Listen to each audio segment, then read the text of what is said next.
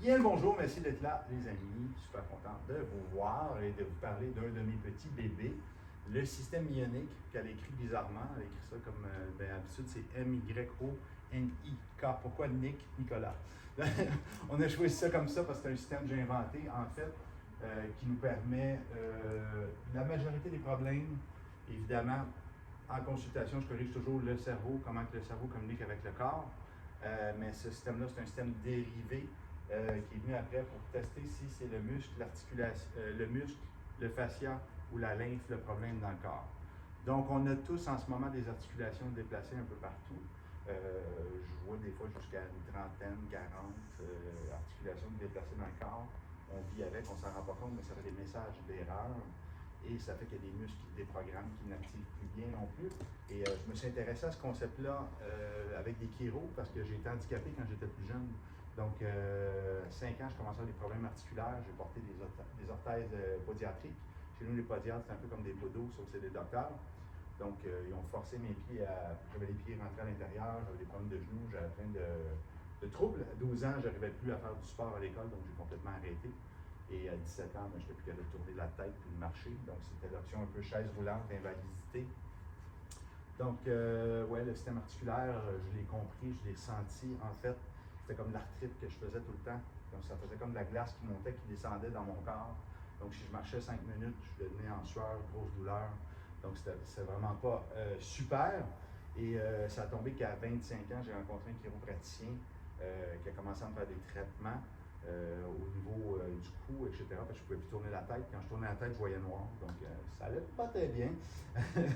J'étais plus assurable non plus. Donc, j'étais travailleur autonome parce que personne ne voulait m'engager, en fait, parce qu'ils ne savaient pas si j'allais finir en chaise roulante. Donc, j'ai commencé à faire des traitements, payer de ma poche, 5 traitements semaine. Donc, 3 chiro semaine. Ensuite, c'était orthothérapeute. C'est comme la massothérapie avancée, genre de ostéo-masso. Ouais, c'était pas top. Et j'ai commencé à apprendre mon anatomie comme ça, à force de me faire dire tel muscle est problématique, si ça. Après ça, le chiro, bon, ton numérus, ton ci, ton ça. Donc, je me suis intéressé. Je suis une personne assez intellectuelle à la base. J'ai pas trop eu le choix parce que la seule chose qui fonctionnait bien, c'était mon cerveau. Donc, je lisais, j'apprenais. Ça a commencé comme ça, cette grande aventure-là. Et éventuellement, c'était mes thérapeutes qui me disaient, ben là, tu devrais aller étudier là-dedans parce que tu commences à savoir pas mal de trucs. Et j'ai commencé en massothérapie à étudier. Comme je manquais beaucoup d'écoles plus jeunes, à cause je n'allais pas faire mon exemple, l'éducation physique, le sport, ben là, je manquais une partie de la journée. Donc, à la fin de l'année, je manquais pratiquement le tiers de mon année scolaire. Donc, évidemment, j'avais des bonnes notes, mais il me manquait il y a beaucoup de trucs que je n'allais pas faire à l'école. Donc, je n'avais pas nécessairement les notes pour rentrer, les notes assez bonnes pour rentrer nous, il faut aller au cégep, par exemple, en sciences de la nature, avant de devenir médecin ou chiropraticien. Donc, j'ai laissé de côté ces domaines-là médicaux. Je suis allé en massothérapie. Là, maintenant, je suis chanceux avec le temps. Là, je finis un doctorat en médecine intégrative aux États-Unis. Donc, j'ai repris les études supérieures d'une autre façon. Quand ils ont vu mon CV, ils ont fait OK. Ils m'ont crédité plein d'heures. Donc, je suis quand même en phase d'écriture de ma thèse en ce moment. Donc, ma spécialité maintenant, évidemment, c'est la neurologie biomécanique. Je suis allé dériver dans les médecines énergétiques, les médecines aussi chinoises, etc., la Riviera. Puis là, mon doctorat, en fait, c'est surtout la physique quantique pour la médecine. Donc, tout ce qui est l'énergie, comment que les atomes interagissent, comment que l'énergie interagit pour former ensuite des molécules, etc. Donc, si on veut des molécules saines, on a besoin que les trucs qui composent les molécules fonctionnent de façon cohérente. Donc, c'est ces aspects-là, en fait, qui sont assez modernes. On pourrait dire que maintenant, les neurosciences nous aident, la physique quantique, la mécanique quantique surtout. Là, on s'en vient plus qualifié au niveau des maladies auto-immunes, neurodégénératives. Il y a plein de nouvelles choses, en fait, de nouveaux concepts qui nous aident à aller plus loin dans les plans de traitement que juste faire du biomec pur. Donc, si nous sommes assemblés d'atomes, je me perds, ouais, pas mal. Donc, on a un principe en médecine classique il y a le upward causation et le downward causation. Donc, la cause descendante, la cause montante, en fait.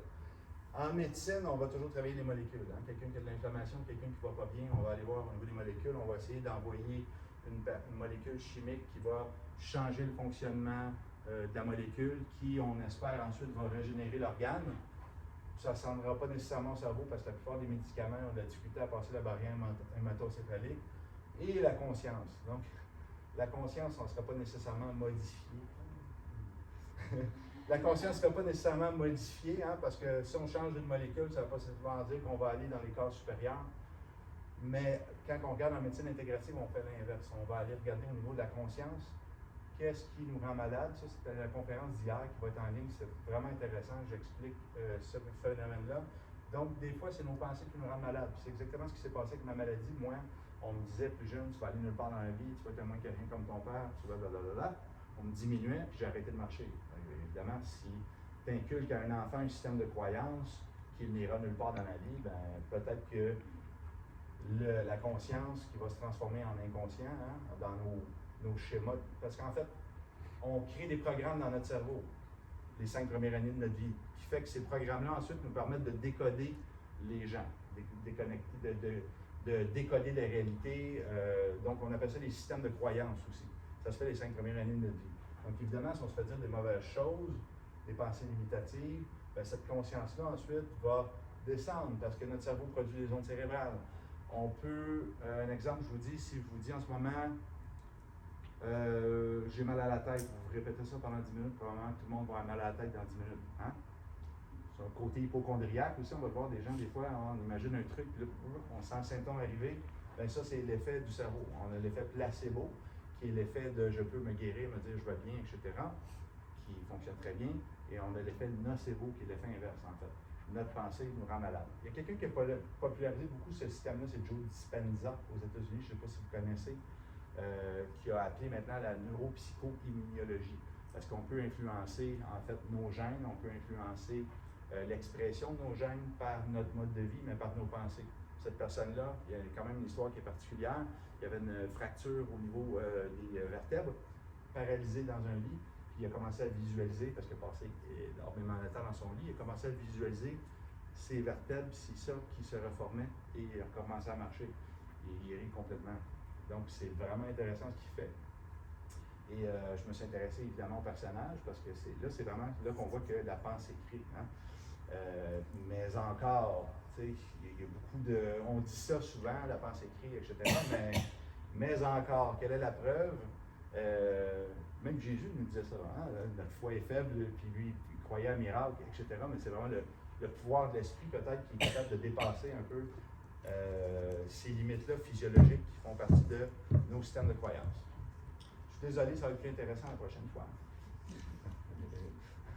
Donc, la conscience va venir influencer le cerveau, en fait, son fonctionnement, hein, par nos pensées, notre état mental, mais ensuite, le cerveau gouverne les organes, qui gouvernent les molécules, qui ensuite changent d'énergie parce que nous sommes interconnectés à notre matrice principale qui est, bon, particules élémentaires, atomes, l'énergie pure, mais le reste, on ne peut pas monter aussi loin avec des médicaments, on ne viendra pas changer la conscience de quelqu'un avec un médicament.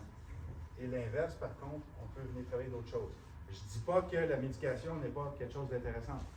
La médication peut être utilisée en support. Mais, exemple, j'ai un problème musculaire qui vient d'un méridien en médecine chinoise qui est problématique. Puis ce méridien-là va être connecté. Je vous donne un exemple. Je peux avoir un problème avec mon bas de dos. J'ai toujours mal au lombaire. Moi, j'ai des tests que je peux voir si c'est le méridien. Ça pourrait être le méridien du pancréas qui affecte le grand dorsal. Le méridien du pancréas, quand on s'en va chercher la cause psychosomatique, selon les travaux de Dr. Diamond en arrière, on va aller voir que ça va être relié à l'anxiété par rapport au futur. Ça va être relié à des insécurités et des choses comme ça. Donc, les muscles peuvent être désactivés par un état mental de je suis toujours insécure, je me sens pas bien, je peux perdre mon emploi, je sens une insécurité X, un problème familial, un problème X.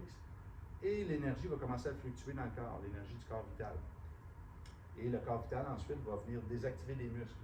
Donc, on peut se faire traiter pour le dos, pour une hernie, un problème postural, des douleurs, se faire craquer le dos à l'infini par un chiro, un ostéo. Mais finalement, le problème vient de ce qui se passe là. Puis ça se corrige, c'est intéressant. Donc, j'avais déjà cette approche-là.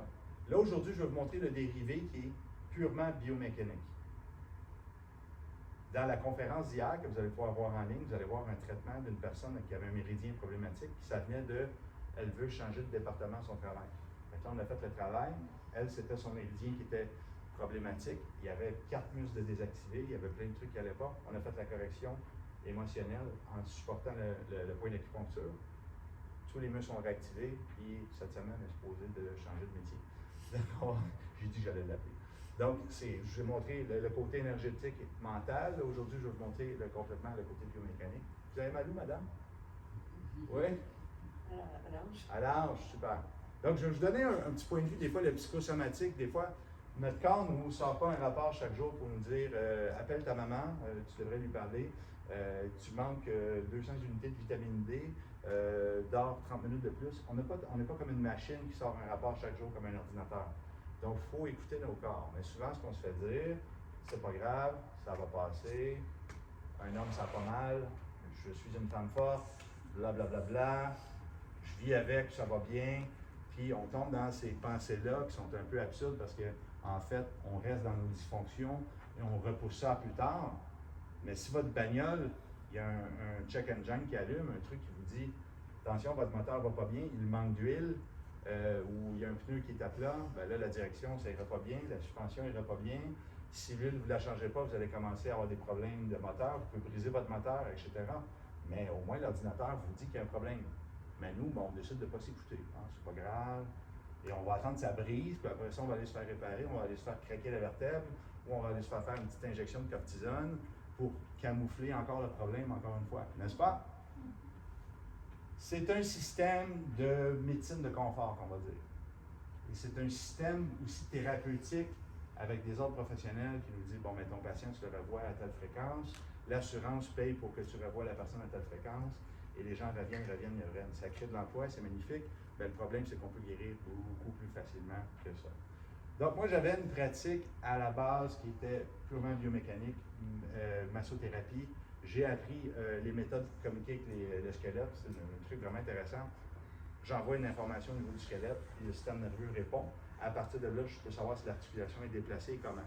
Donc, après, j'ai appris les mobilisations articulaires pour repositionner le squelette dans la bonne position, de façon un peu comme un chiro, versus un ostéopathe qui va regarder le mouvement complet du corps. Il y a une belle pratique aussi. C'était super intéressant parce que je me disais, exemple, un muscle qui n'active pas ou une douleur, une vertèbre se déplace. Pourquoi qu'elle se déplace? Bon, premièrement, les vertèbres vont avoir des nerfs qui vont aller vers des organes, des muscles. Si l'organe est en dysfonction, il y a une étude qui est vraiment super intéressante qui est sortie, c'est qui montrait, je pense, je ne me rappelle pas si c'était un chien, un animal sauvage, peu importe, l'animal, 90% des fois qu'il est mort d'un cancer d'un organe, il allait regarder la correspondance vertébrale aux nerfs qui se rattachent pour alimenter l'organe. Dans 90% des cas, la vertèbre était déplacée. Intéressant. Donc, si on pense à notre cerveau, moelle épinière, ça descend, les vertèbres, c'est un peu comme une armure qui protège la moelle épinière, donc le cerveau, et ça rallonge en fait. Et les nerfs sortent ensuite pour alimenter. C'est comme si vous voyez un peu le cerveau comme un gros tas de lumière ou d'eau qui s'en va irriguer, qui descend le long de la colonne vertébrale, puis qui s'en va alimenter des muscles ou des organes. C'est comme ça que ça se fonctionne. Si on arrache le cerveau, il n'y a plus rien qui fonctionne. Hein? Si on enlève la moelle épinière, il n'y a plus rien qui fonctionne. Donc, ce devrait toujours être aligné les vertèbres. Donc, s'il y a une vertèbre, exemple, je suis de dos, exemple, le patient est de dos comme ça, puis la vertèbre est comme ça. Évidemment, la vertèbre ici avec les apophyses puis les chaînes musculaires vont venir écraser les nerfs, donc il va y avoir une perte de fonction.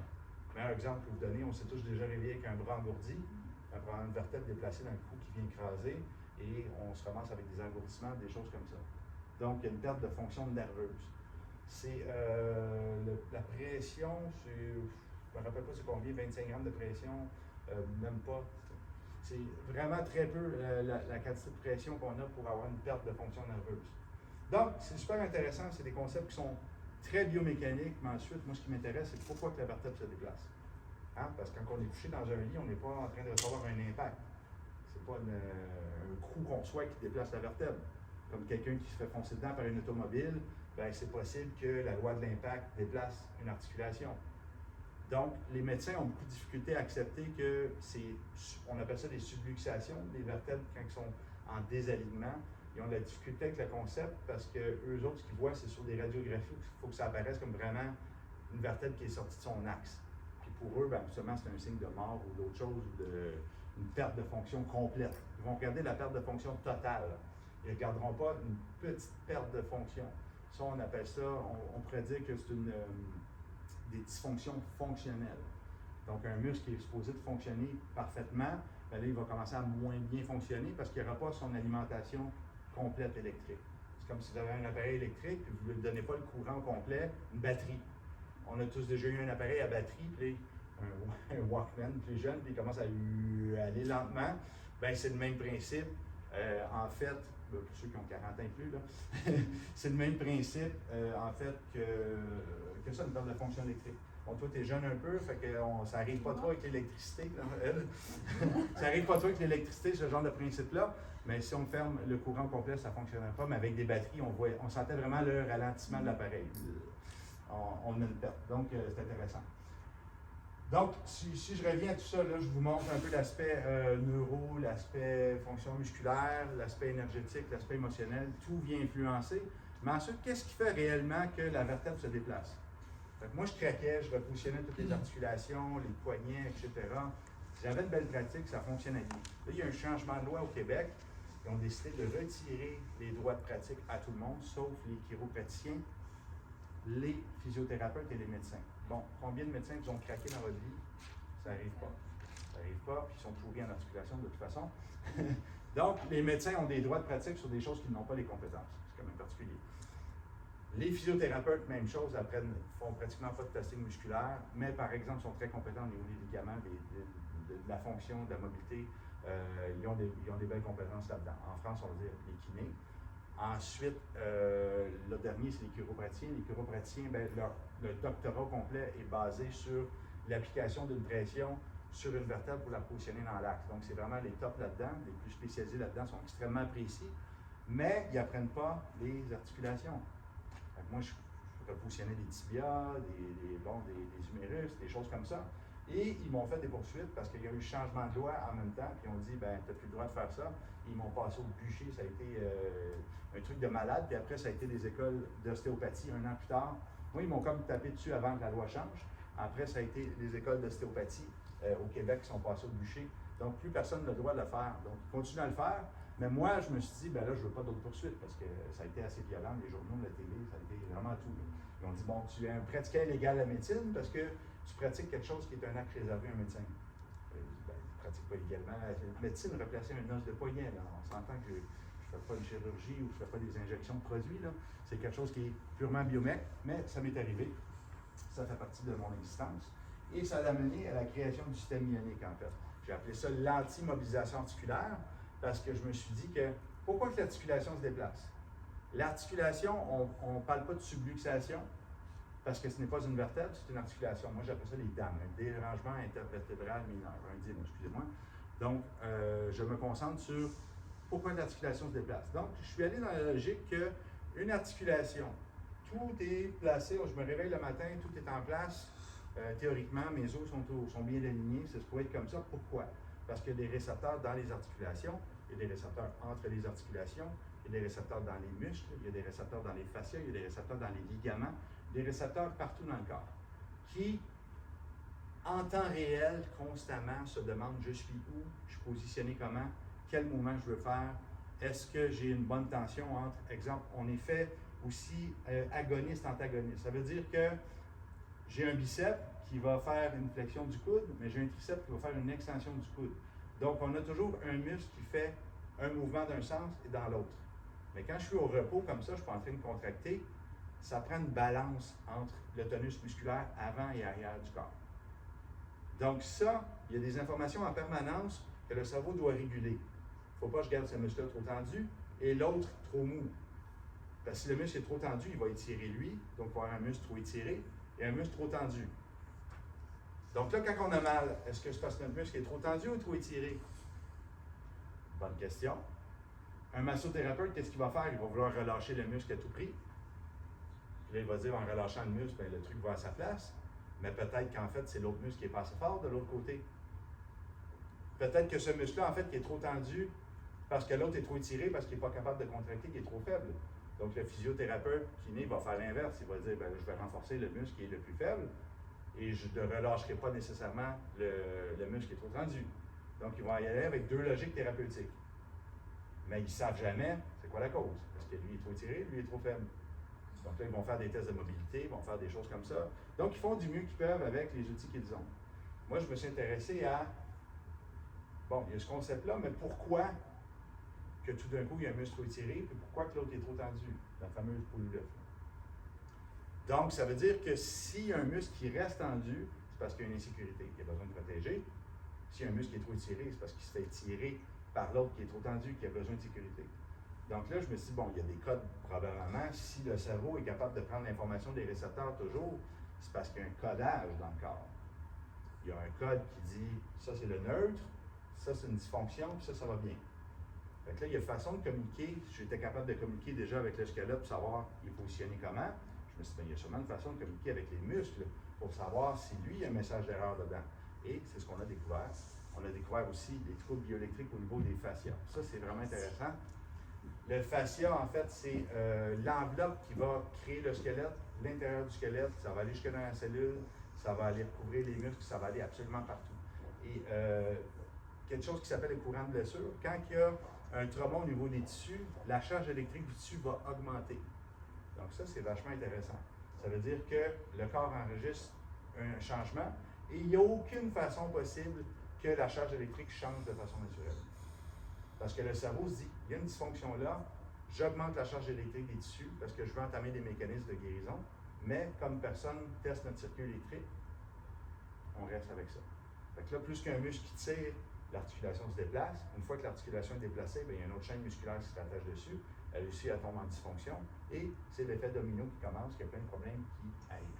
On va voir souvent des personnes âgées qui ont des postures qui sont comme ça, puis on leur demande de lever la tête, puis ils font ça, puis tout est figé.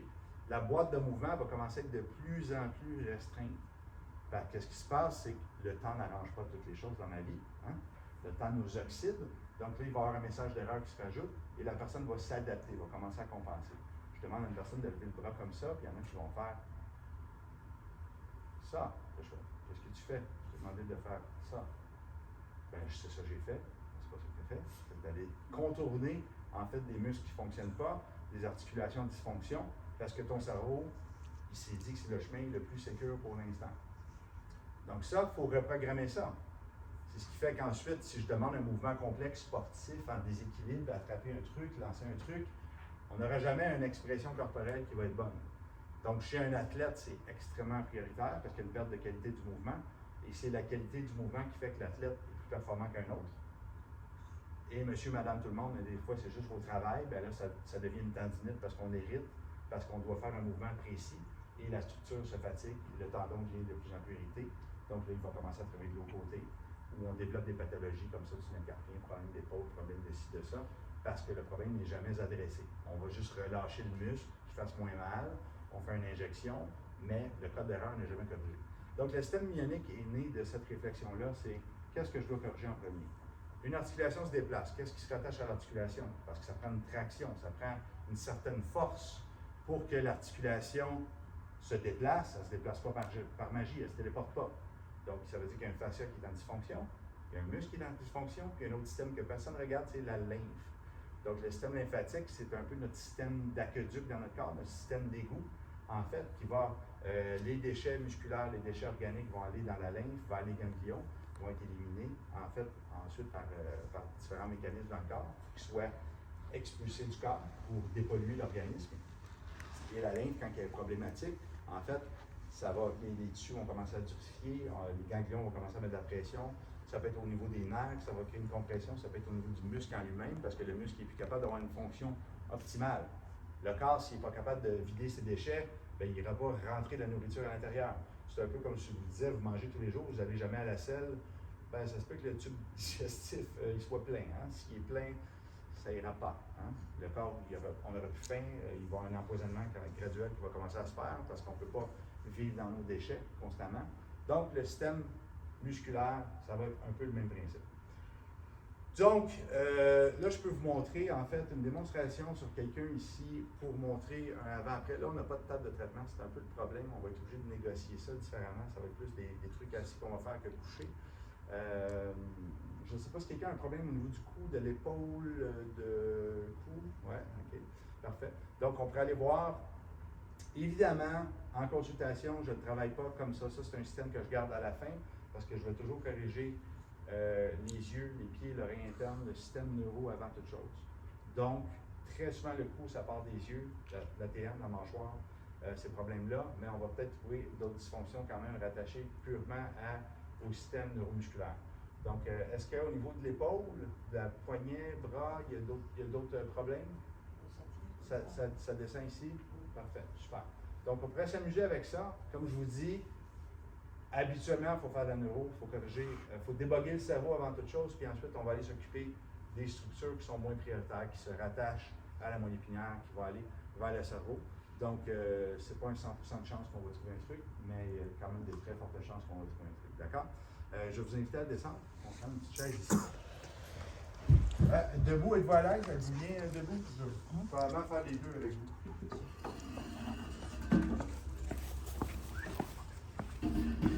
Et je vais retirer mes chaussures magiques qui contiennent la technologie Quantum Jump qui peuvent, de par leur émanation, corriger vos troubles électriques. Donc, je ne trouverai rien.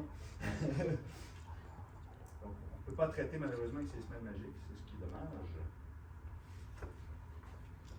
Tantôt, on l'a vu, on testait le cou de la personne, son cou est amélioré, il y avait toutes les semelles sur la table. J'ai dit, on va enlever ça, finalement, le cou tourne plus. Et voilà.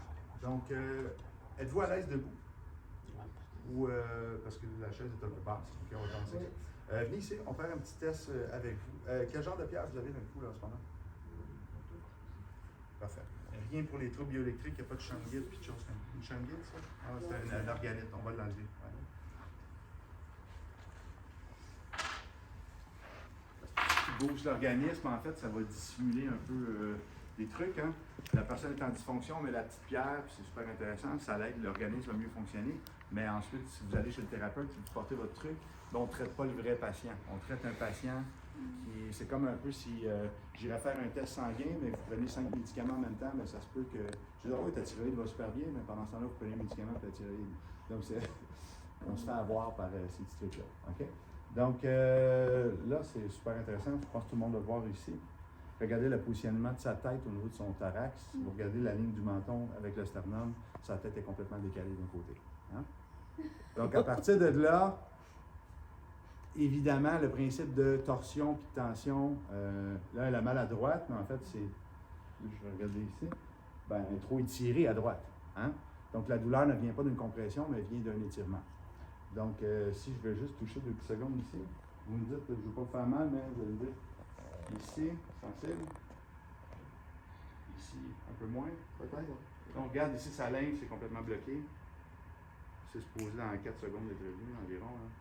On voit mes doigts très longtemps. Donc, il y a un déficit circulatoire. Je suis déjà en train de me dire peut-être que la lymphe est problématique dans son cas. Hein? Tendance crabe. Crabe au soleil. Donc, après ça, évidemment, on n'exclut pas les fascias si ça, mais la lymphe, ça peut devenir le système le plus prioritaire. Donc, la façon de tester le système nerveux, excusez, j'ai les mains froides, mais j'ai le cœur chaud. On verrouille le coude ici. Vous allez pousser fort dans ma main ici avec votre bras. Ça va super bien. Là, on teste le deltoïde antérieur ici. Ça, c'est un outil qui est super intéressant. Les muscles sont contrôlés par le système nerveux, par le cerveau. Donc, qu'est-ce que je veux faire? C'est que je veux donner une fonction au cerveau, c'est-à-dire contrôler ça de façon consciente. Pendant ce temps-là, je vais envoyer une autre information dans le système. Pendant que j'envoie une autre information, si c'est une information qui contient une erreur, le système va prioriser l'erreur. Il va dire, ben là, excuse-moi, là, je veux bien te dire ça va bien, mais tu viens de me donner un coup de poing au visage en même temps. Je ne fais pas ça. Donc, si on envoie un message d'erreur en même temps, le système va bugger. Mais si on envoie un message qui n'a pas d'erreur, le système va rester cohérent, tout va bien aller. Donc, c'est assez simple comme principe. Puis ça marche, bon, pour ceux qui s'intéressent, peut-être un petit peu plus cérébral comme moi, ça marche par potentiel d'action. On est tous conscients que, ben on sait en fait, on a tous déjà vu des détecteurs de mensonges en vidéo ou autre chose. On met des électrodes sur le corps, des choses qui prennent l'information de la charge électrique de la peau. Ça, c'est super intéressant parce que quand une personne ment, la charge électrique de la peau augmente. On appelle ça la réponse galvanique de la peau. Donc, qu'est-ce qui se passe? C'est que là, si je vous ramène en physique, je ne sais pas si les gens formés un peu en physique, les hautes fréquences vont toujours aller vers les basses fréquences. Donc, si sa peau, j'augmente sa charge électrique en envoyant un message d'erreur, un mensonge, puis moi, ma peau est neutre, parce que j'ai pas de pâteau, c'est pas moi qui ai testé, puis je suis bien relax, je mets ma main sur sa peau. On forme un circuit électrique. Donc là, si j'augmente la charge électrique de ta peau en envoyant un message d'erreur, la réponse galvanique de la peau va augmenter. Moi, ma charge est neutre. Donc, qu'est-ce qui va se passer? C'est que ça va créer quelque chose qu'on appelle en physique un potentiel d'action. Donc, la charge électrique élevée va descendre vers la charge électrique de ma main, basse. Là, ça va créer un court-circuit au niveau du système nerveux. Donc là, le muscle va désactiver. S'il n'y a aucun potentiel d'action, ça veut dire qu'on envoie un message qui ne contient pas d'erreur, sa charge électrique de sa peau n'augmentera pas, la mienne va être neutre aussi, on va faire le test, il n'y aura pas de potentiel d'action. Donc, il n'y aura pas de variabilité au niveau du système nerveux, donc on n'aura aucune réponse. Ça veut dire qu'il n'y a pas de problème. Ça va? Fait que ça, c'est un peu le mécanisme d'action derrière la kinésiologie qu'en kiné, ils ne nous expliquent pas. Là, moi, j'ai étudié énormément en électrophysiologie. Après ça, je suis allé faire des liens, je fais « Ah ouais, ben, ça fait du sens comme ça. Hein? » C'est quand même pas mal validant pour le patient, au lieu de dire « ben c'est comme ça, ça vient mou parce que c'est ça ». On ne sait pas trop quoi dire. Mais en faisant le potentiel d'action, il y a un effet au niveau du système nerveux. On entre en parasympathique l'espace d'un instant. On peut tester pendant environ 1 ou 2 secondes le changement de charge. Après, on ne peut plus tester. Donc, si j'envoie un message d'erreur là, puis je teste 30 secondes plus tard, c'est fini. L'information est passée, le système nerveux est occupé à faire autre chose. Donc, on peut, de multiples façons de tester le système nerveux. On peut à peu près tout tester en fonction de nos connaissances. Mais il y a un petit point que j'aime beaucoup, c'est le point maître en acupuncture. On verrouille le coude. Si je pèse ici au niveau du front, pousse fort vers le haut ici, pousse fort, et ça devient complètement mou. Ça, son système nerveux, c'est intéressant. Ce qu'il a fait, il a tremblé, puis ça a tombé d'un coup. Donc, il y a des personnes qui restent dures, puis ça casse après. Il y en a qui ont fait juste dire la phrase de breton. Il y a plusieurs variantes possibles. Donc, si je pèse juste un petit peu plus haut ici, pousser fort vers le haut, ça reste très fort. Très bonne force en passant. Je vais juste ici pousser fort, il n'y a plus rien. Donc, je n'ai pas besoin de mettre de la force, je peux y aller avec un doigt, vous sentez la différence. Verrouiller fort, pousser fort, il n'y a rien. Donc, je ne suis pas si fort que ça. Les gens vont dire, ah, tu pushes plus fort. Non. Mon doigt, es-tu si faible que ça? C'est ça la bonne question. Je ne peux pas briser tout le monde avec un doigt. Donc, son système nerveux fonctionne parfaitement bien. Ça veut dire que moi, je peux communiquer avec son système nerveux de façon cohérente. Il y a de multiples façons de tester tout cela. Celle-là, c'est une très facile, très parlante pour la personne. Donc là, on sait qu'on peut discuter avec lui. Donc, là, on a déjà vu que la lymphe, juste au niveau de la couleur, même au repos, elle a la peau quand même très rouge de ce côté-là. Si la lymphe ne circule pas bien, on peut avoir de multiples problèmes. Là, je vais en parler quand même de la lymphe, c'est intéressant parce que la lymphe, on a 2 côtés, comme pratiquement tous les systèmes du corps. La lymphe du côté droit du corps va faire le visage à droite, va faire ici tout le côté jusqu'au foie et le bras droit. Donc, s'il y a des problèmes on dit de la rétention d'eau souvent, c'est plus la rétention de lymphe en fait. S'il y a une compression, les symptômes vont beaucoup être de ce côté-là. Puis l'autre côté, on a le cœur qui est légèrement basculé un petit peu plus vers la gauche. On a la rate aussi qui est là, le thymus qui fait partie du système lymphatique. Donc, il y a plus de systèmes qui filtrent la lymphe du côté gauche du corps. Donc, notre lymphe est beaucoup plus présente du côté gauche du corps. Donc, le côté gauche va faire le visage ici, va faire le bras gauche, mais va descendre, va faire les autres organes et les 2 jambes ensemble. Vous allez voir, la plupart des gens, les problèmes qu'ils ont au niveau de la lymphe, c'est les 2 jambes qui vont gonfler, c'est pas seulement une jambe. N'est-ce pas? On a tous déjà vu ça, des personnes avec beaucoup de rétention d'eau, cellulite, etc. Si c'est juste une jambe, bien là, on s'attend à ce que le blocage soit plus au niveau de la hanche, du genou, etc. Donc, c'est parlant, c'est des choses, des petites informations que je vous donne qui peuvent aider en clinique. Est-ce qu'il y a des thérapeutes ici? Il y a toi, d'autres thérapeutes ici dans la salle. Ouais. Qu'est-ce que tu fais? Énergétique. OK, super. Donc, l'énergie, je ne sais pas si tu travailles avec les chakras, le chakra de la rate va contribuer aussi à la circulation. Donc, des fois, on corrige, puis on peut avoir une amélioration au niveau de la lymphe aussi. Donc, c'est intéressant à savoir. Donc, il y a la rate qui est physiologique qui fait ça, mais la rate énergétique au niveau du chakra, c'est la circulation de l'énergie. Donc, c'est encore un filtre, mais différent. Donc, si on aide la rate énergétique, on peut aider la rate physiologique aussi. Donc, on peut avoir des améliorations au niveau de la lymphe. Donc, c'est pas perdu. On va travailler en énergétique, c'est intéressant parce qu'on a de l'impact, même au niveau des vertèbres, des muscles, des choses comme ça, sauf qu'on ne l'apprend pas, on n'a pas vraiment de cours d'anatomie en travaillant en énergétique. Dans les systèmes que j'ai développés, ben, je suis capable de valider. Tu fais une correction de chakra, tu vois la vertèbre qui se replace, tu vois le muscle ensuite. Puis je pense que ça va être, c'est le sujet de thèse que je voulais faire, mais au niveau de la faisabilité, ça va être très, très complexe. Ça se peut que j'écrive un autre sujet, malheureusement, mais on le verra, projet de recherche plus tard, au PhD, on sait l'idée. Donc, OK, je vais faire des petits tests simples avec toi. On va commencer avec les épaules. Après ça, je vais aller voir les vertèbres cervicales. OK? Donc, si je teste ici, quand je dis épaules, je vais tester tout le membre supérieur. On va pouvoir vraiment avoir une belle vue d'ensemble.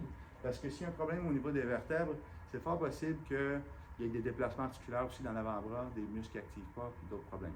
Parce que plus qu'on s'éloigne, potentiellement, plus que c'est haut, en fait, au niveau des vertèbres, plus que c'est problématique, parce que si je pèse sur une hausse là, pour arroser, si je pèse dessus, le tuyau en haut, ben l'énergie va mal descendre dans tout le reste de la structure aussi. Donc, c'est vraiment prioritaire de corriger ça. Je vais juste faire un petit test avant ici. C'est fort vers le haut. Ça va. La lymphe n'est pas prioritaire, ça veut dire que je n'ai pas un reset de lymphe de 15 minutes à faire au complet. Ça va, on va sauver du temps. Là, si je teste l'épaule, pousse fort vers le haut ici. Ça va. En bas ici, ça va. C'est fort par là. Hop.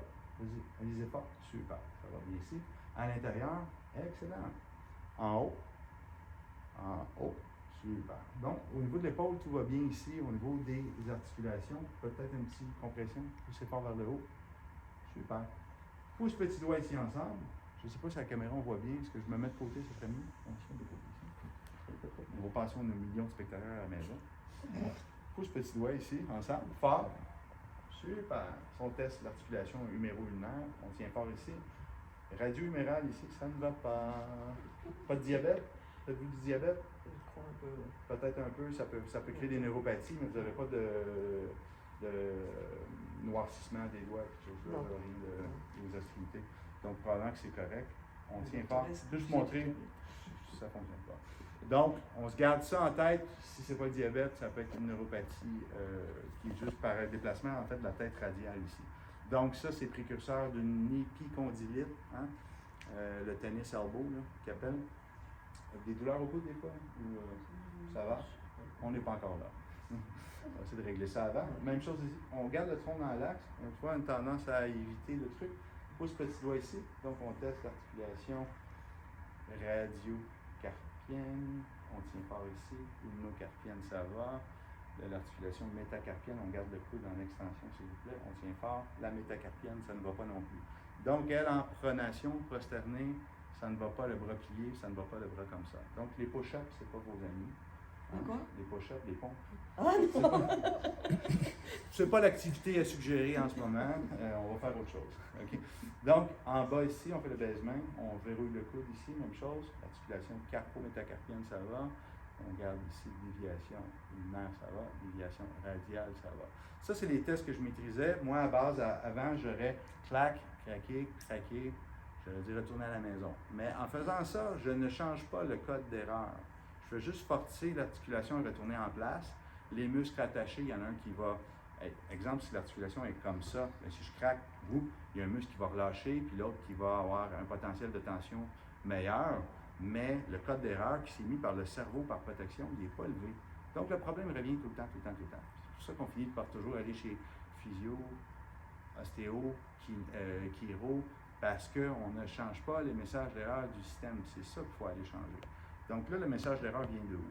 Là, on retourne à fascia, muscle, lymphe. Donc, on garde ça en note. On a ces articulations-là problématiques.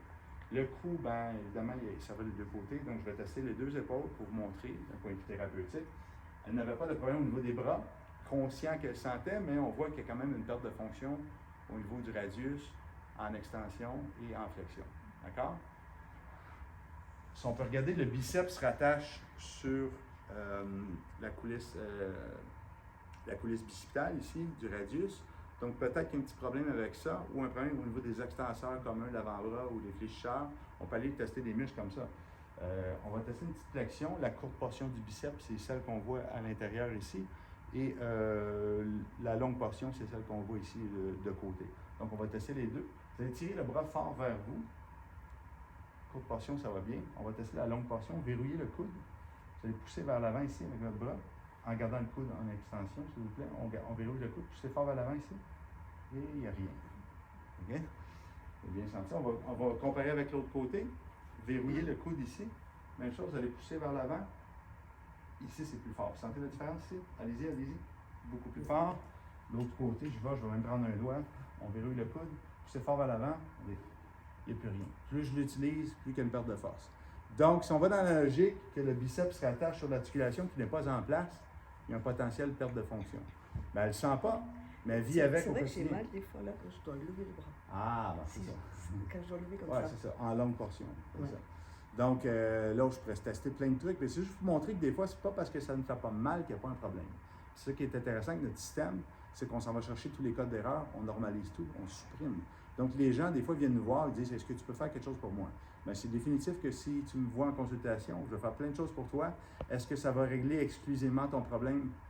Je ne suis pas le bon Dieu, je ne peux pas tout prédire d'avance, je peux faire de mon mieux, mais c'est certain qu'il va y avoir une foule de choses dans votre corps qui vont aller mieux. Ça, c'est intéressant.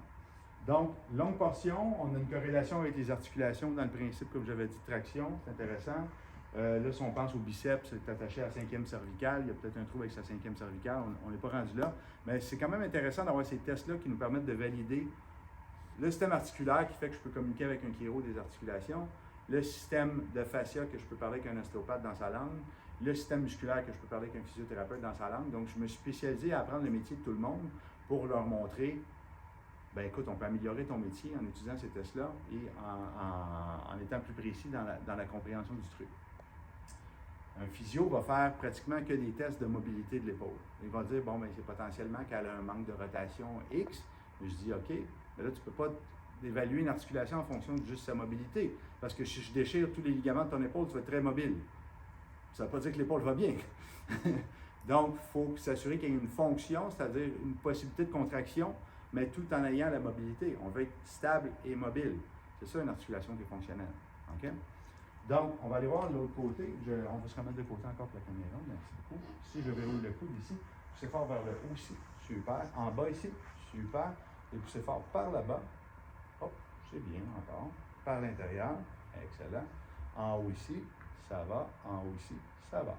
Donc, on va tester le pouce et le petit doigt ici. On tient fort ici. Hop, là ici, c'est l'inverse. C'est l'articulation huméro-ulnaire. Ça veut dire que son olecrane ici, son os, il est mal positionné. Puis ça, c'est l'inverse, c'est un golfer elbow. Êtes-vous joueuse de hockey, peut-être? Non? Plaquer un peu. Manger une poque dans le front, puis c'est pour ça que ces vertèbres vont pas bien. Donc, ici, on a un problème qui... votre travail, c'est quoi? Ou avez-vous un travail? Secrétaire. OK, beaucoup de temps avec la souris comme ça. Bon, on commence à avoir des petites relations. Ici, on va faire l'inverse ici. Pouce, petit doigt. Même chose, on tient fort ici. Ça, c'est fort. Donc, elle est inversée jusqu'à présent. On tient fort ici, génial, et on s'en va de l'autre côté ici, on tient fort, au niveau du poignet, même chose, est inversé au complet. Donc, ces mouvements comme ça ne vont pas bien, on ne peut pas mendier de cette main-là, ni faire de pompe de l'autre. Donc là, ce qui est vraiment intéressant dans ce système-là, si je fais pouce petit doigt, je sais qu'il y a une fonction que ça va bien ici. Je peux pousser son os ici par là-bas, et c'est bon. Je le pousse dans l'autre sens, ça devient faible. Donc ça veut dire que le cerveau me dit que si je pousse par là, oui, je veux aller là. Il crée une faiblesse, c'est bizarre, mais en tant que tel, moi, je mobiliserais, je craquerais l'os dans la direction de la faiblesse. Il veut aller là-bas. Donc, le corps va m'indiquer toujours le côté de la dysfonction qui veut se faire ajuster. Donc, vu que son os, dans le diagnostic, je prends ma petite note, c'est son articulation ulno-carpienne, en fait, qui serait en déviation en ce moment ulnaire. J'écrirais ça comme note, ça ne veut rien dire. Mais ça veut juste dire que si j'aurais le doigt de craquer, je la ramènerais à une déviation radiale. Mais maintenant, je m'en fous dans mon système parce que je n'ai plus à craquer, parce que craquer n'est pas logique, parce qu'on ne change pas les codes d'erreur. Donc là, on va aller voir au niveau du poignet, parce qu'il y a 8 os dans le carpe ici, qui permet d'avoir des mouvements du poignet. Si cet os-là n'est pas en place, probablement que le petit os en dessous n'est pas top non plus dans sa position. On garde le coude verrouillé ici. On tient ça ici, pouce petit doigt. Là, métacarpienne, ça va. Oh, là, ça ne descend pas bien. Vous avez senti la différence?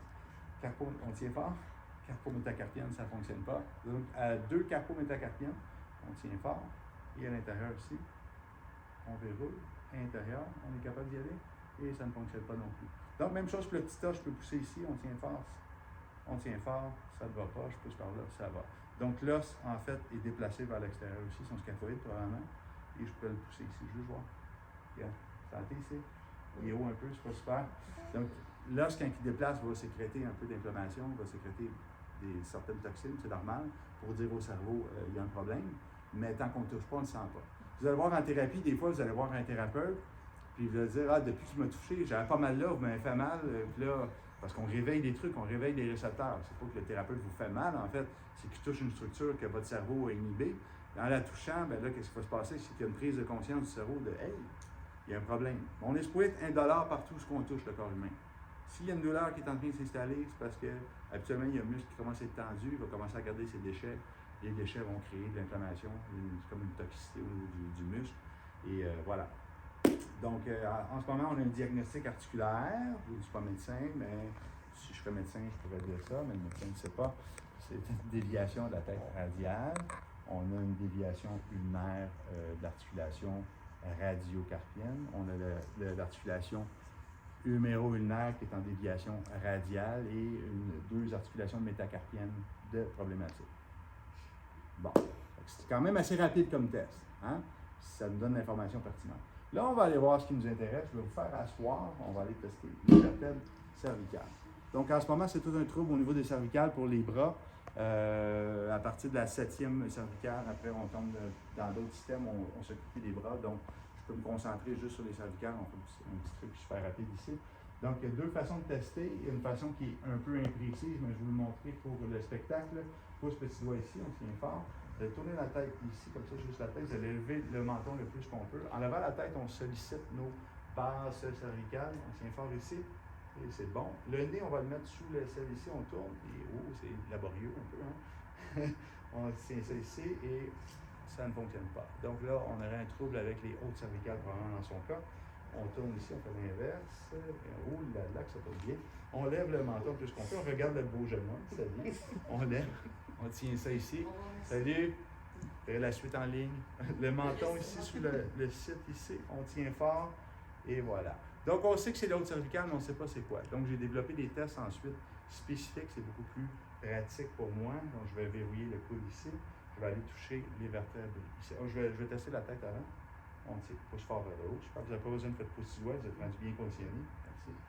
Et je tire comme ça. Forcez vers le haut. À la télévision, quand ils m'ont passé, ils ont rajouté un son de craquement quand j'ai fait ça. La fille a fait c'était magnifique comme comédien. C'était n'importe quoi. Mais bon, quand on veut détruire la réputation de quelqu'un, hein, on s'amuse. Donc, je vais aller voir la première cervicale ici. Poussez fort vers le haut. Ça va. On va aller voir la deuxième cervicale. Poussez fort vers le haut ici. Poussez fort. Troisième. Quatrième. Cinquième. Cinquième est lâché. J'avais dit c'était au biceps, donc ça va. Donc, on a une cohérence ici. On va aller voir la sixième. Septième. Ça va. Donc là, je retourne à la deuxième cervicale. Je vais la tirer vers moi. Poussez fort vers le haut. Je la pose de l'autre côté. C'est fort. Donc, elle est en rotation gauche, la vertèbre. On peut vraiment dire qu'elle est comme ça. Donc, il y a une compression qui se fait plus à droite. Dans la logique de les nerfs sont là. Elle écrase ici. Puis on va aller voir le sens de la cinquième. Les bretelles, c'est pas pratique. Ça va bien. C'est mignon, mais c'est tout. Super. Et ici, même chose, rotation gauche. Donc, en fait, son cou, c'est toutes les vertèbres sont en rotation gauche comme ça. Puis ça peut expliquer aussi la tête qui commence à dévier vers ce côté-là aussi, hein, parce qu'il y a une traction qui se fait avec ces muscles-là. Donc, on va revenir debout. On a fait la petite évaluation ici. Là, je vais aller voir, pas grand temps, je vais aller voir est-ce que c'est les fascias, les muscles ou sinon la lymphe. Juste faire un petit test de rotation du cou avant. Bon, évidemment, les bijoux, ça peut créer des micro-courants, des perturbations. Comme je vous dis, je n'ai pas le temps de faire une démo avec tout. Ça aurait été testé avant toute chose. Parce que les bijoux peuvent avoir des micro-courants. On va le tester juste rapidement. Pouce petit doigt, vous allez prendre les morceaux en métal ici comme ça. On tient fort, c'est beau. Donc, le bijou n'a pas de micro-courant. Donc, potentiellement, il n'y a pas de problème qui vient de ça. On prend le câble ici. Même chose. Voilà, on le prend dans nos doigts, plein de récepteurs dans les mains, on tient fort ici, ça va, et il y a une petite broche ici, c'est peut-être pas toujours le même métal, on va juste prendre ici le morceau qui est là, on tient fort, parce que ça c'est un bordel, du coup ça va bien, les bijoux sont bien acceptés par votre corps. Donc on va tourner la tête le plus qu'on peut vers la gauche. Est-ce que vous voyez ma main ici que je touche? Là. Là. moyen. Moyen. Donc 1, 2, 3, 4, on ne se rend pas à 5. Donc on va à un 4,5, plus qu'on peut vers la droite ici. Oh. Ici. Là. Donc 2. Mais ce que je veux, c'est qu'elle se rende là. Donc ça, c'est la norme. Donc elle a 4,5 à gauche et 2 à droite. Donc évidemment, c'est difficile si la tête est comme ça, de tourner à droite. Elle est déjà plus prête à tourner à gauche. Ça fait du sens. Donc qu'est-ce que je vais faire? Allez voir, je vais demander au système, en demandant une information que moi je connais et je comprends, j'envoie une charge électrique dans son corps. On va voir si son corps va faire un potentiel d'action avec une réponse galvanique, oui, non. Et ensuite, on va voir si ça fonctionne. Donc, je vais dire fascia. Le fascia est prioritaire au muscle, donc je vais corriger le fascia en premier. Fascia, forcez fort, super. Fascia, forcez fort. Non. Fascia. Fascia. Oh, un petit trouble ici. Ah, c'est amusant ça. Fascia. Wow, ça lâche. OK. Est-ce qu'il y a des émotions? Parce que les fascias vont storer les émotions aussi. Donc, fascia, émotion. Ouais! OK. Donc là, on va aller voir les 8 émotions prioritaires qui créent des dysfonctions. On va essayer de l'élever. Donc, fascia, peur, colère, inquiétude, anxiété, deuil, cœur brisé, perte. Avez-vous vécu un deuil dernièrement, un truc... Dernièrement, enfin, Ouais. 2 ans? début du Covid. Ouais. Novembre, c'est Sympathie. Ouais. Donc, on a peur, on a deuil. Ça ne veut pas nécessairement dire que c'est relié avec cet événement-là, mais quand on vit des émotions, notre corps change, notre posture change. Hein. Ça, on est tous au courant. Si quelqu'un de frustré va changer sa posture, quelqu'un de triste va changer sa posture.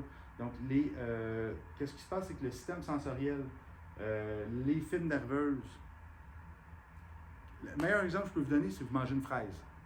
Vous mangez une fraise, vous reconnaissez le goût. Vous êtes capable de dire cette fraise-là est bonne, cette fraise-là n'est pas bonne. Pourquoi? Parce que vous avez des récepteurs au niveau de la langue, nerveux, qui vont avoir une information, puis ensuite, dans vos systèmes de croyances, etc., puis vos mémoires associées, ça peut vous rappeler des souvenirs, votre chant quand vous étiez plus jeune, bon, autre chose, chez grand-maman, on faisait ça. On va choisir si c'est un souvenir positif ou négatif. Donc, on store des sensations avec une information sensorielle. Donc, les tissus, c'est la même chose. Il y a peut-être une émotion qui s'est passée violente, ça a commencé à contracter le cou, à avoir un petit problème à partir de là, et peut-être que c'est relié avec le deuil, ou la peur, ou un truc comme ça, ou non. Hein? Il y a plusieurs, peut-être qu'elle s'est fait étrangler aussi plus jeune. Il y a plein de possibilités, mais ça reste que le système nerveux, en ce moment, se rappelle de cette information-là reliée avec ça. Donc, on va juste lever, on n'est pas obligé de faire un traitement psychocomportemental par rapport à ça, mais on le dit, peut-être que ça fait du sens pour vous, c'est peut-être un événement que c'est venu vous chercher beaucoup, puis voilà. Donc, on garde ça comme ça. Ensuite, on va demander au cerveau quel sens le tissu aimerait corriger. Donc, fascia, oh, oh, oh, oh. Donc, les tissus sont coincés vers l'extérieur ici. On veut les ramener au centre, c'est quand même intéressant. Donc, je vais faire la correction, c'est ridiculement simple. Fascia, peur, deuil, je tire, on inspire grand, on expire grand, magnifique. Fascia, peur, deuil, on inspire. Donc ça a l'air un peu, si je fais juste une présentation comme ça, puis je ne vous ai pas expliqué toute la neurophysiologie derrière l'électrophysiologie, je veux dire. C'est un peu de la merde ce qu'il dit. Mais là, en comprenant les mécanismes, puis la neuro en arrière, les neurones de premier ordre, deuxième ordre, on va super loin dans ce truc-là. J'ai un livre de 450 pages écrit qui explique pourquoi cette technique fonctionne. Mais c'est hallucinant, les changements qui se passent au niveau du corps.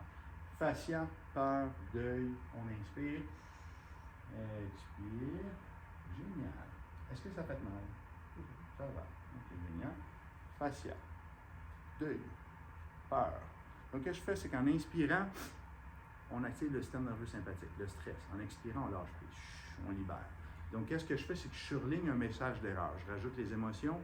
Ensuite, je fais du tapping pendant qu'elle inspire. Donc, je réveille l'effet sympathique, c'est-à-dire l'agression. En kiné, on va faire d'autres trucs aussi. Lever la tête, les pieds, on ramène dans... Oui, c'est ça, exact. Ouais, ça. D'autres choses. Le tapping, en fait, ce que ça va faire, c'est que ça va libérer des ions positifs dans le système. Ça décharge des électrons, en fait, aussi, qui vont ramasser des ions positifs qui sont responsables de l'inflammation dans le corps. Donc, on amène un effet anti-inflammatoire, on libère des ions négatifs qui vont se répartir dans la toile de fascia, qui vont amener un effet de guérison, puis en plus un effet parasympathique au niveau du système de par l'expiration et le tapping. Donc, ça crée une correction du tissu. On change la polarité du tissu, puis c'est permanent. C'est ça qui est intéressant. Bon, un champ, c'est la mauvaise herbe. La santé, c'est comme un champ. Hein? La mauvaise herbe va toujours pousser parce qu'on sert de notre corps, etc. Mais ce problème-là, relié aux émotions, etc., ces tissus-là, va être corrigé, puis c'est fini. Je n'ai pas eu à craquer, je n'ai pas eu à rien faire. Donc, si on reteste, ça c'est correct. Là, on peut retester les vertèbres cervicales. 1, 2, c'est bon. Je reteste la 5e, c'est bon. Je vais aller tester ici la tête radiale. Pouce petit doigt ici, on tient fort. Et la tête radiale est placée. Ah, ben c'est bizarre ça. Donc, qu'est-ce qui se passe? C'est que toute la chaîne des tissus va partir de la main, va aller jusqu'ici, va aller se rattacher aussi aux vertèbres. En faisant cette simple correction, on a réussi à corriger ça. On va se tourner de côté. On va faire la même chose ici. On bloque ici, pouce petit doigt. Ici, corrigé aussi. On descend. Là, on est quand même chanceux, ça va bien. C'est bon aussi. On va tester au côté, ça serait drôle, mais pouce petit doigt. Et c'est corrigé aussi. Ah ben, c'est drôle ça. Pouce petit doigt. Tiens fort. Super. On descend la main. Pouce petit doigt. C'est fort. Oh. C'est fort aussi. C'est bon. Testons le bicep. Verrouille. Là, on relâche ici. On verrouille le coude. Poussez fort vers l'avant, vers moi. Poussez fort, fort, fort, fort, fort, fort, fort. C'est plus fort. Pas mal, hein? Et on pourrait aller voir au niveau des rotations du cou. Donc, une technique, je vais montrer plein de méthodes de diagnostic. En fait, ça, c'est plus pour faire plaisir aux patients. En fait, parce que moi, en consultation, pas vraiment, je sais que ma technique fonctionne. Je le montre pour elle, son effet, elle fait ah, OK, ben là, il s'est passé un truc, hein. Plusieurs trucs. Donc, vous allez tourner la tête le plus que vous pouvez à gauche. Vous voyez ma main ici. Là, là, là. On a gagné 1,5. L'autre côté ici. Ah ouais, là, là, là, là. On est passé de là à là. Donc, est-ce qu'il y a une gain de fonction? Au niveau des muscles, au niveau des articulations, au niveau de la mobilité. Donc, on vient chercher les paramètres qui satisfassent les ostéos, les chiro, les physios. Et voilà. Donc, c'était ça. Allez imaginer, en 3 heures, quand on fait un traitement complet, on en ramasse des trucs. Là. La tête, quand on fait des tours, c'est même. Donc, c'est vraiment pas mal. Donc, c'était une mini présentation. Je n'ai pas pu vous montrer comment on peut reprogrammer en fait un fuseau neuromusculaire d'adaptation lent ou rapide quand c'est un muscle, un organe tendinoglogie. Quand c'est la lymphe, c'est un autre truc. Mais quand c'est le fascia, vu qu'il s'imbrique, il va jusqu'à dans la cellule, il forme les muscles, il forme les squelettes. Le fascia va absolument partout. C'est plus intéressant pour nous de travailler le fascia en premier, changer la polarité des tissus. Et ensuite, sinon, si c'est un muscle, le muscle, évidemment, il va tirer sur le fascia va s'adapter, mais c'est un problème neuromusculaire qu'il faut corriger. On peut savoir le nombre de reprogrammations au niveau du fuseau neuromusculaire qu'on fait, le nombre de révolutions, c'est vraiment fascinant. Puis les muscles encodent des erreurs. Comme là, son muscle était désactivé, mais ce n'était pas un problème neuromusculaire du muscle, c'était un problème de fascia qui n'avait pas sa fluidité, où il y avait un trouble électrique, puis ça désactivait des chaînes, en fait, de muscles, puis ça allait jusqu'à déplacer les articulations, radius, os du poignet, puis c'est allé des deux côtés parce que le cou, dès que la tête est déplacée, en fait, ça crée un bordel partout. Donc, très efficace. C'est là, demain, je vous reteste, c'est réglé, c'est fini. Ensuite, bien évidemment, on va aller beaucoup plus loin en consultation avec d'autres types de traitements. Mais voilà, le reste, ben, malheureusement, pour les démos, ça aurait pris d'autres personnes et plus que 50 minutes. J'aurais probablement pu trouver un muscle sur quelqu'un ou la lymphe. Par exemple, j'ai une bursite. Oui. Pour ça aussi. Oui, bien là, je pourrais juste montrer un petit test articulaire, là, si vous le voyez ici.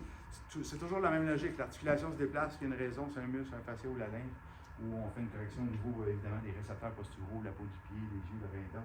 Pouce petit doigt ici, on tient. Asseyez-vous sur seulement le fesse gauche, fesse droite.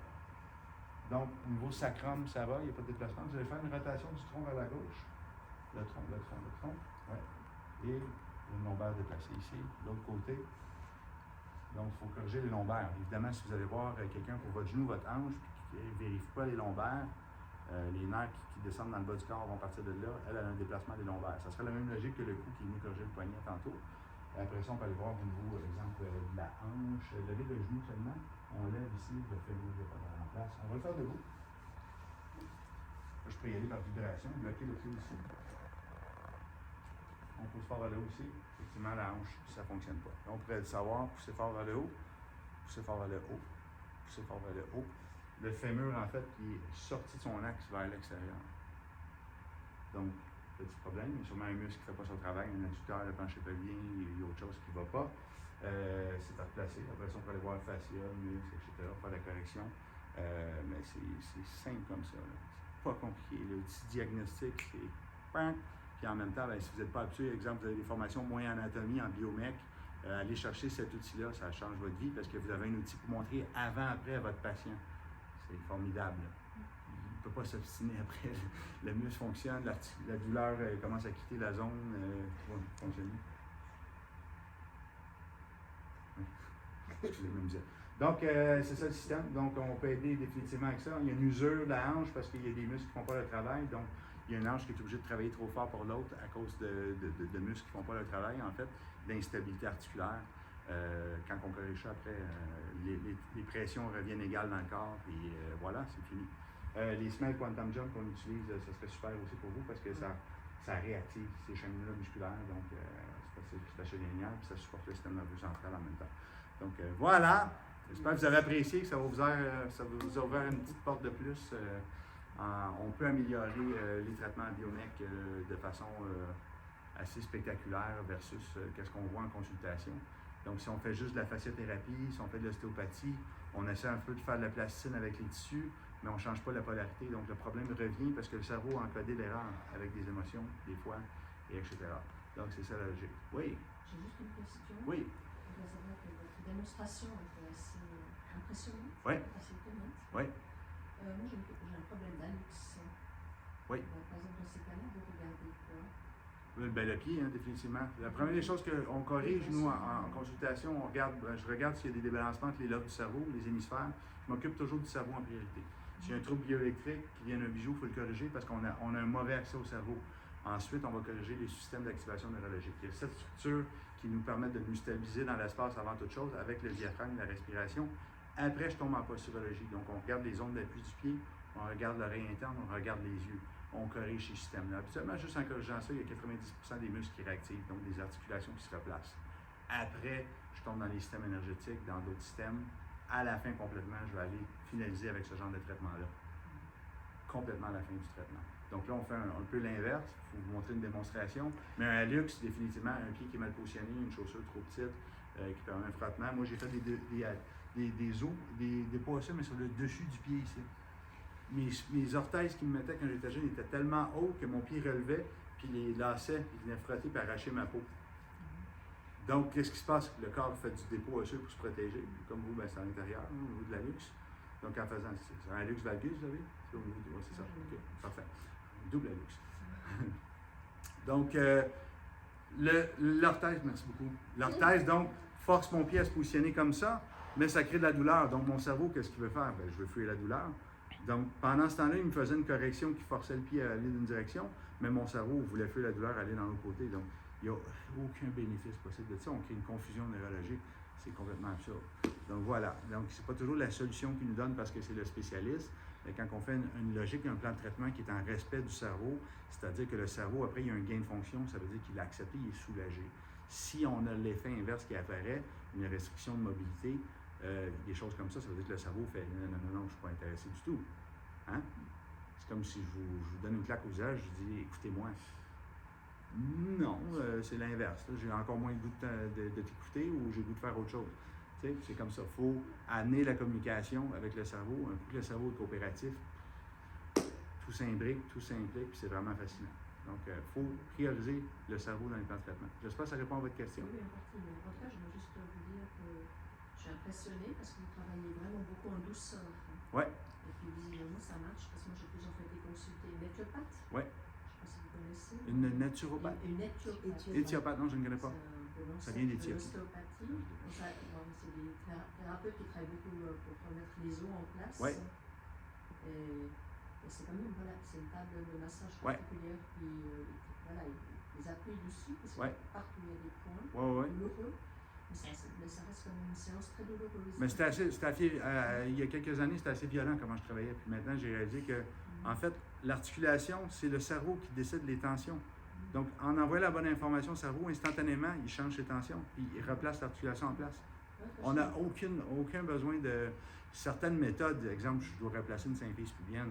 Je vais mettre la personne sur la table, elle doit forcer. Donc, il y a un effort qui se fait. Mais en tant que tel, le reste, c'est le cerveau qui crée les tensions, c'est lui qui contrôle les muscles.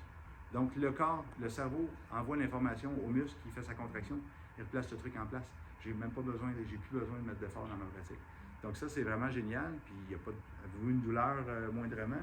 Quand j'ai palpé tantôt, j'ai voulu voir s'il y avait une douleur potentielle. Si je fais de la palpation de la lymphe, il faut que j'aille vers les ganglions. Puis là, les gens me disent, je suis un ancien masso, je pèse fort parce que je veux créer une douleur. Parce qu'après, quand je fais la correction puis je retouche, je pèse aussi fort, il n'y en a plus de douleur. Mais ça prend un référentiel. Si je pèse pas assez fort, je sens rien.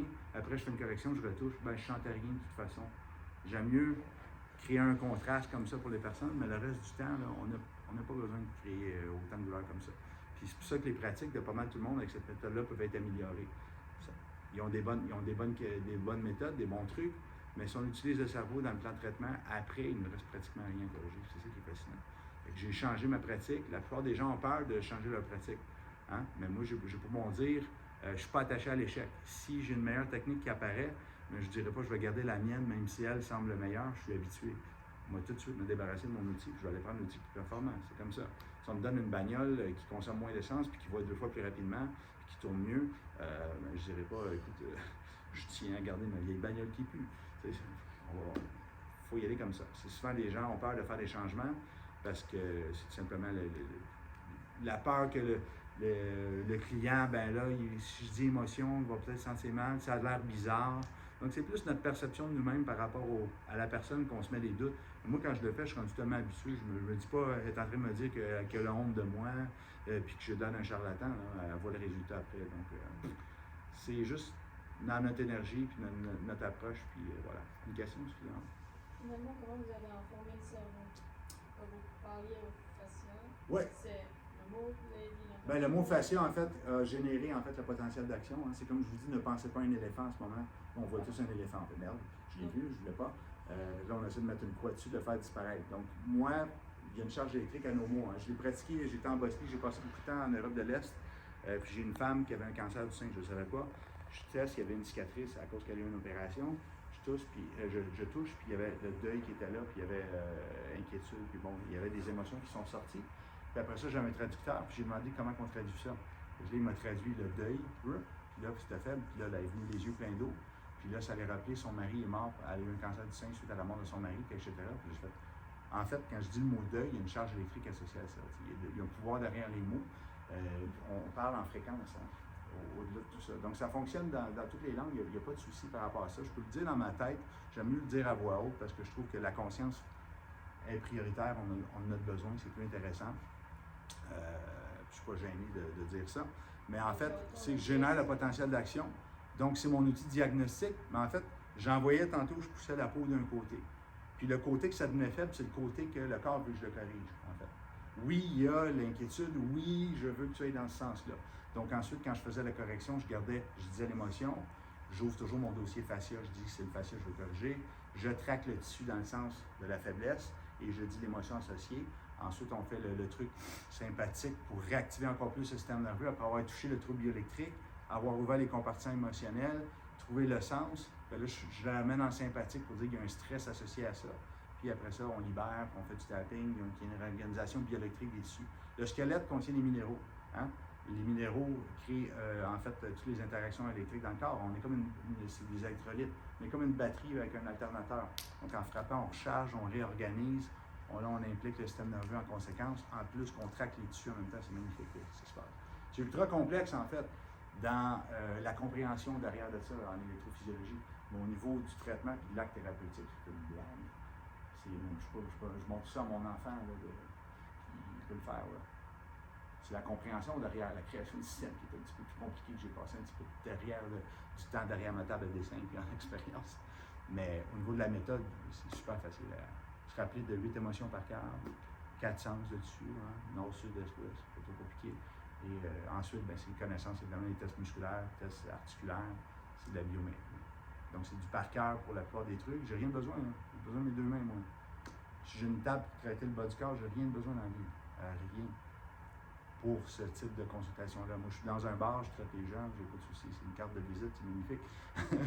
Bon, c'est peut-être pas très professionnel de faire ça, mais on veut toujours aider les gens. Hein? Mais je peux vous dire qu'on n'a pas besoin d'outils de clicker, d'appareils, de ci, ça, puis de laser, puis Rien de besoin. Les deux mains, la connaissance, c'est tout. C'est beau. Donc voilà. On a d'autres questions?